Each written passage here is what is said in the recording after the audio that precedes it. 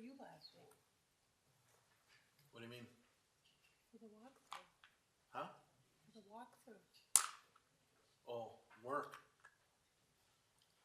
Work is ridiculous. Give me some more duties. No pay, more duties. Right. Put them on. That's nice though. Yeah, Jen throwing me pictures. They look nice. And there's plenty of room in between and the yards. I don't know what these people are yapping Yeah. about. There's just as much space between the houses as those other subdivisions. Yeah, they got bigger backyards, but Yeah. still. Cause that's the same day I missed the public information meeting too, I think. For Highway P. Wasn't that same day? Thursday? No, the house thing was Wednesday. Oh. Yeah, I missed the other thing too.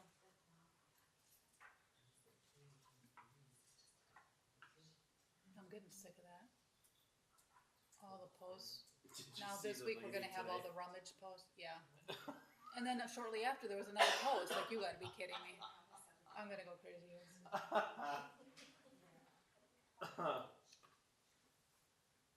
Which did the one ever get answered about how those people get to their houses when the railroad's closed? I don't know. We were talking about it last night because Ryan Gancho lives right by the But I guess they're just railroad gonna tracks. You treat it just like a, have to drive west. like a, I mean, it's yeah, closed. treat it like a dead end. No one Yeah. else is gonna be coming Yeah. out unless they live Yeah. there, so you just treat it like a dead end and Yeah. it's not like there's huge holes in the road or something, whatever. So they use that asinine plan of having buses driving people around. I think so. Yeah, when there's gonna be a shuttle or just something, during it says? daylight hours, well, not at night. Cause like kids going across there from school, Right. the kids going across there from school have to Oh, that safely way. get across, yeah. Yeah, I never thought of that. Otherwise, I wouldn't think it's high traffic Yeah. other times of the day or whatever, but. It's like people are just think they're stuck here or something. Can't get in Jackson, can't get out it, I don't know. It's driving me nuts. Like hotel crowd. Well, and then the one lady who's coming from West Bend and trying to figure out how to get to Hartford. Yeah. Like, are you kidding me right now? Take a right Are on you Highway kidding 60. me? Like, I'm not even gonna comment on this. Or take the highway down, or keep going. Oh my gosh. They're tough to get around though. Mhm. Usually that old Jackson Drive that I'm on there is pretty sleepy, but it's really picked up. Oh yeah. I bet. Man, there's traffic running on that road. Well, and even just all the other people cutting through that other subdivision, the new subdivision down there by Sherman and P with the intersection being closed. Yeah. Did you go through when the speed bump was in there? No, but they got the speed trap thing set up now. That was actually my first time through it today Oh. when I went to McDonald's for the kids.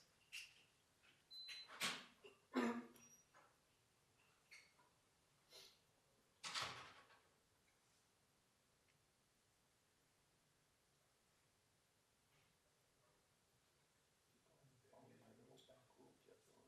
Yeah. Turning Jackson Drive down by John Lane. Oh. And left over the railroad tracks off of Western. Yeah. And then down to. That's what I do. Here and then over to 145. Yep, that's what I do. Well, up there. I've been going And then over next week when that for road a is while closed, now. then yeah, I'll have to Used it. keep going to 145. This Although I morning, think you could- everybody was driving can on you s- Jackson Drive. I had to wait probably 5 minutes for everybody to get past me Wow. on Jackson Drive to get onto the subdivision. Wow. And they all Mhm. turned onto Western, and they were all going straight, and I turned. Is Western, is it gonna be open to get across P on Western Yeah, I still? think you can get across. Yeah. Okay, cause I was thinking like, yeah, should I go to 145 or And should I go Sherman across? should be opening back up too, I think, to cross traffic Okay. once they get done with what they're doing there.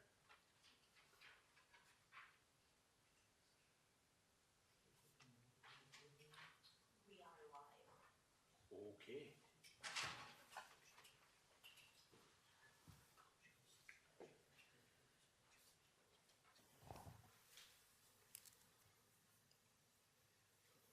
Good evening, ladies and gentlemen. Being 7 p.m., I'll call to order the Budget and Finance Committee meeting for Tuesday, May 14th, 2024. A roll call is taken. All members of the committee are in attendance. Item number 2 on the agenda is approval of the minutes for the Budget and Finance meeting of April 9th, 2024. I'll make a motion to recommend approval of the minutes for the Budget and Finance meeting of April 9th, 2024. I'll second. We have a motion by Wells, second by Matter. Any further discussion on that item? All in favor by saying aye? Aye. Any opposed? Motion carries. Item number 3 on the agenda is approval of the April 2024 check register and treasurer's report. I'll make a motion to recommend the board approve the April 2024 check register and treasurer's report. I'll second. Any further discussion on that item? I did have a question on the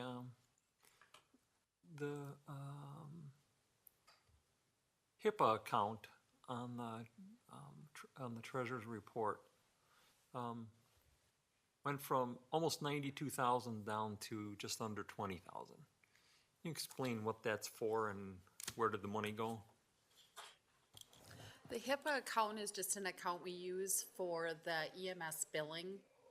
So we don't really need to have any extra money in there except to pay for the monthly EMS bill that we get. Otherwise, they just make deposits in there when they collect the EMS charges. So I take money out of there when it gets to like $200,000, take it out and put it in the general checking account. I do that for the credit card account too, because that's just a separate account that we do our credit card transactions, so people don't have our general checking account numbers. Okay, thank you. Any other questions? All in favor by saying aye? Aye. Any opposed?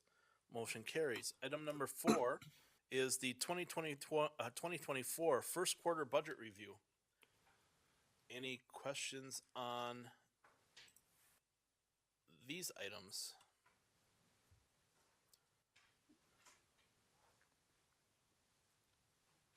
Nothing stands out to me that was like alarming or anything, so that's good.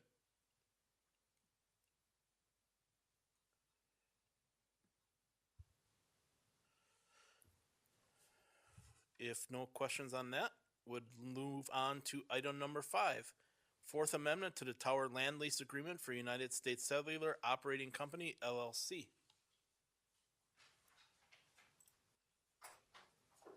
Somebody wanted to give us a little background on that? This is an approval we're seeking tonight in tandem with the monopole item that's going to the board from Board of Public Works. This is the contractual side of the other work to be performed and modifying how the antennas will be arranged on top of the water tower off of Cisco Drive, as I understand. The amendment that's before you all doesn't actually change anything monetarily. It just recognizes Exhibit B3, which has a different arrangement than the one we approved in 2021. It should be noted, though, as discussed at the Board of Public Works, that between US Cellular and Verizon, the general fund does benefit from these leases. As of present, it's around $63,000 annually that the two agencies pay the village to be on that tower. And there is an increase or a 5-year lift incorporated. What we did is we negotiated to include that the 2021 agreement would remain in that by 2026, the 5th year, there'd be another increase where our 63,000 actually goes to 65,958, so 66,000. US Cellular had requested that that not occur because the work never went forward. That was associated with the 2021 agreement. Nonetheless, they started paying us more in 2022, and so we made our case that, nope, we really appreciate escalating the way we originally negotiated a couple years ago. And so that is the synopsis of how the US Cellular agreement appears before you. I don't understand at this time if Verizon will be changing anything, because I believe this may take care of all that's happening at this point on the tower. Thank you. I will make a motion to recommend Village Board approve the Fourth Amendment to the Tower Land Lease Agreement for United States Cellular Operating Company, LLC. I'll second. We have a motion by Heckendorf, second by Matter. Any further discussion? All in favor by saying aye? Aye. Any opposed? Motion carries. Item number 6 on the agenda is review of 2024 front-end loader purchase for the Village Street Department. This did come from Board of Public Works with a recommendation to approve the purchase of the case loader with the additional instructions that before Village, Budget and Finance and Village Board, that the DPW would get a quote for it and extended warranty to match what the Caterpillar front-end loader has.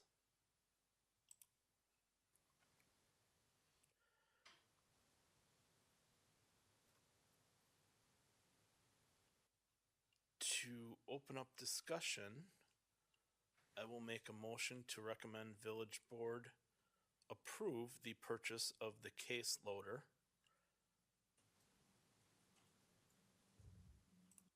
Second. In the amount of, 270? 270,500 or including the warranty, was the warranty was like 45. yeah, this one doesn't have the, this packet doesn't have the, So it's It's- 270,500. and what is it with the extended warranty though? Well, the extended warranty is another 5,000, sorry.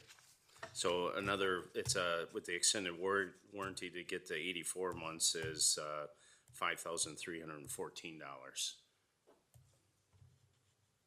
So I would recommend Village Board approve the purchase of the case loader in the amount not to exceed $275,814 to include the extended warranty to 84 months. Second.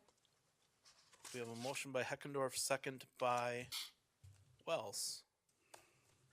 So, doing a little bit more research on this project. So if I look at, there was a lot of discussion for those that weren't at Public Works. There was a lot of discussion on the two different manufacturers, Caterpillar and Case, which after the research I did, the Case had, or the Caterpillar had a much more robust warranty, and price-wise was actually about the same. But make a long story short, if you add in the extended warranty to 84 months on the Case, and if you add the $4,000 on the Caterpillar quote for the forks attachment for the front of it, which was included in the Case quote, the two quotes came to within $314 of each other. So very, very close.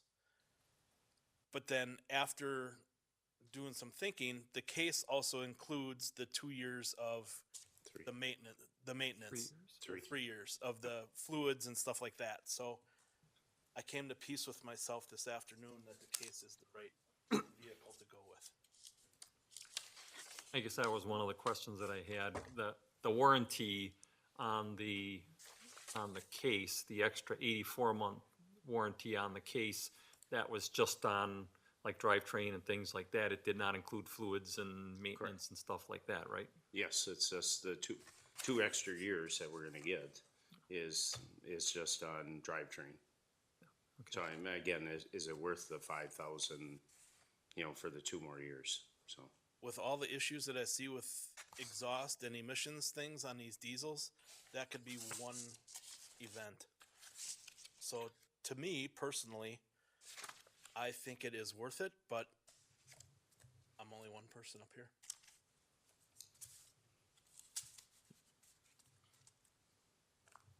And then just to clarify, so the purchase is, the funds would come from a combination of the ARPA funds for the large majority of it, and then the utilities would kick in the difference, and then the warranty part of it would also be part of the ARPA funds, correct?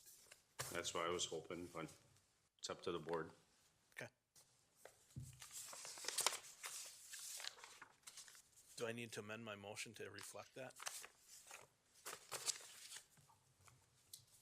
We could, yeah. Okay. So I would amend my motion to have the 225 and the 5314. So 230, 314 come from ARPA funds with the balance being paid by the utilities. Second. Are you okay with the amendment? What was that? Yeah. That's correct.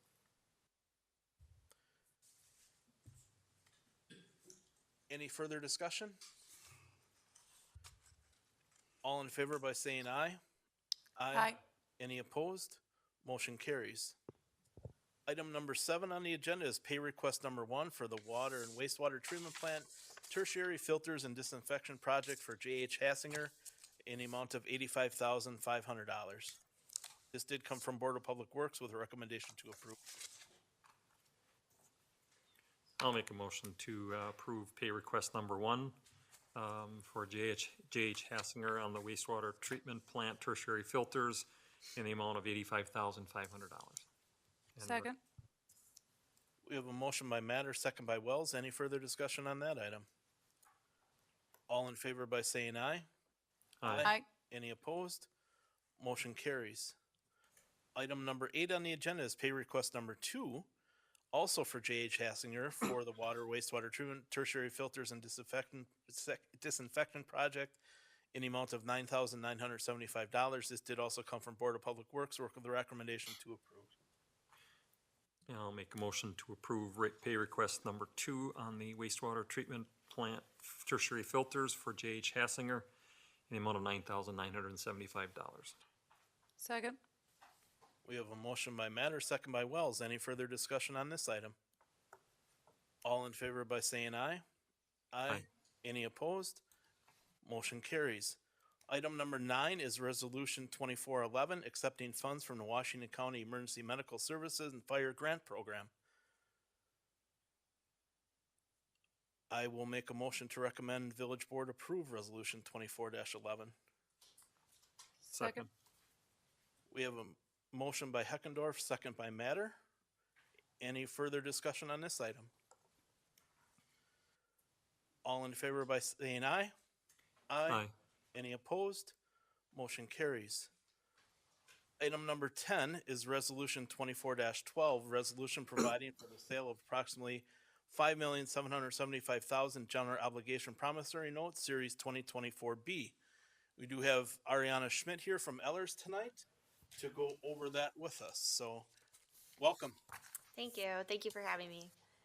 I'm going to be going through the pre-sale report that you have in front of you, just at a high level. This is an outcome of the village board special meeting that I was at a few weeks ago. Am I talking loud enough into this? Okay. Where we talked through a variety of different options for how we could structure the financing. So what we'll present to you tonight is how we propose to move forward with the actual debt issuance, which was following that third option that we discussed to apply the capital projects fund from a TID 4 transfer. To apply some of that fund, $75,000, to apply upfront to downsize the amount that you need to borrow for, and then to apply the remaining portion available as an abatement to the levy over time.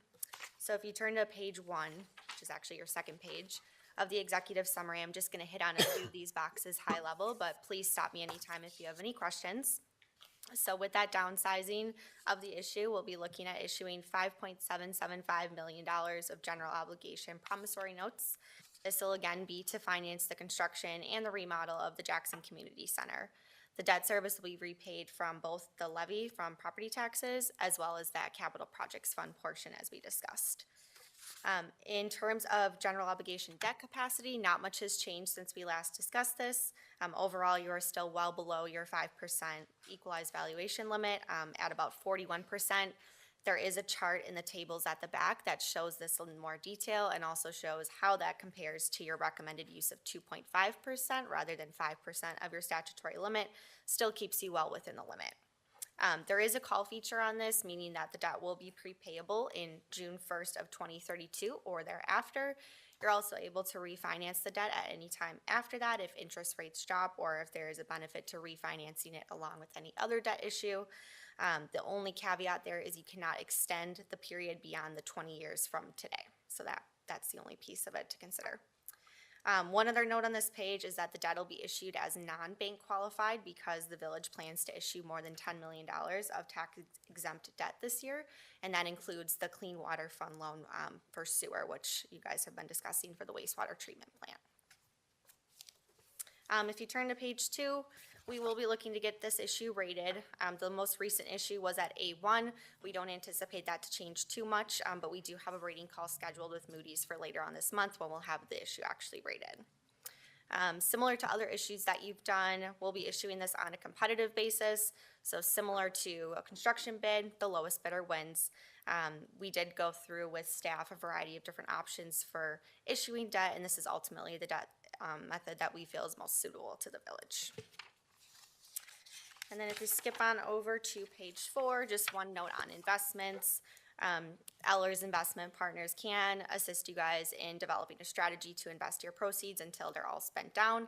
And then additionally, like we talked about before, the Capital Projects Fund, until that amount is all expended through the abatement of the levy over 3 years, you can invest that money as well without yield restrictions, since it's not debt proceeds. And then turning to page 5, on the top here, you'll just see a brief debt issuance schedule. Today is the pre-sale where we actually set the sale and discuss everything we're going through today. Staff will also be partnering with us to go through a due diligence call with Quarles and Brady, your bond counsel, as well as meeting with the rating agency as we discussed. All of that is in hopes that we will make sure that we get you the best interest rate possible. We'll be distributing the official statement the week of June 3rd, and then we'll be back on June 11th to actually award the sale and discuss the results and what the rate's coming at. And then ultimately, July 2nd is when you will receive the funds and close on the issue. Any questions on the timeline or process at all? All right, then you'll see below there's a variety of attachments. The two that I want to call your attention to are Table 1 and Table 3. So if you turn to Table 1, this is where you'll see that $75,000 applied up front to downsize the amount of debt you need to borrow for. So under available revenues, you see that cash available for $184,000. That did not change, but the TID for Capital Projects Fund of $75,000, that amount has been added. So that's again how we arrive at the $5.775 million. I believe it was just over $5.8 million before. And then if you turn to Table 3, this is where you see the other portion of the Capital Projects Fund applied. If you look under the orange proposed debt, you'll see a column called abatements. So in the years 2027, 28, and 29, we're applying that remaining roughly $412,000 over those 3 years to abate the levy, which is how you see that levy change from prior year actually decline each year, even though you're taking out more debt. So overall, on the very bottom right-hand corner, you'll see a sample taxpayer who lives in a $300,000 home. In total for this amount of debt that's being taken out over the life of the 20 years, it'll be just over $1,300 that's being paid by that sample taxpayer for this debt service. I can't answer any questions there are on the rest of the tables, but the remaining tables did not change too much from previous meeting. I think I may have asked the same question at the last meeting, but that 1332.94, that is what is over that 20-year lifespan per household, correct? Correct, for a $300,000 home. Yep, thank you. Yep. Are there any other questions, or Jen, anything that you want to add that I missed? No? Okay. Awesome, thank you. All right, thank you.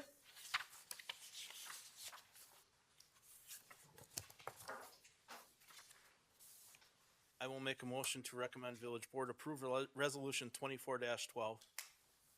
Second. We have a motion by Heckendorf, second by Wells. Any further discussion on this item? All in favor by saying aye? Aye. Any opposed? Motion carries. Item number 11, citizens or village staff to address the Budget and Finance Committee. Anybody wishing to speak? If done, item number 12. I'll make a motion to adjourn. Second. Motion by Heckendorf, second by Wells. All in favor by saying aye? Aye. Any opposed? Motion carries. Thank you.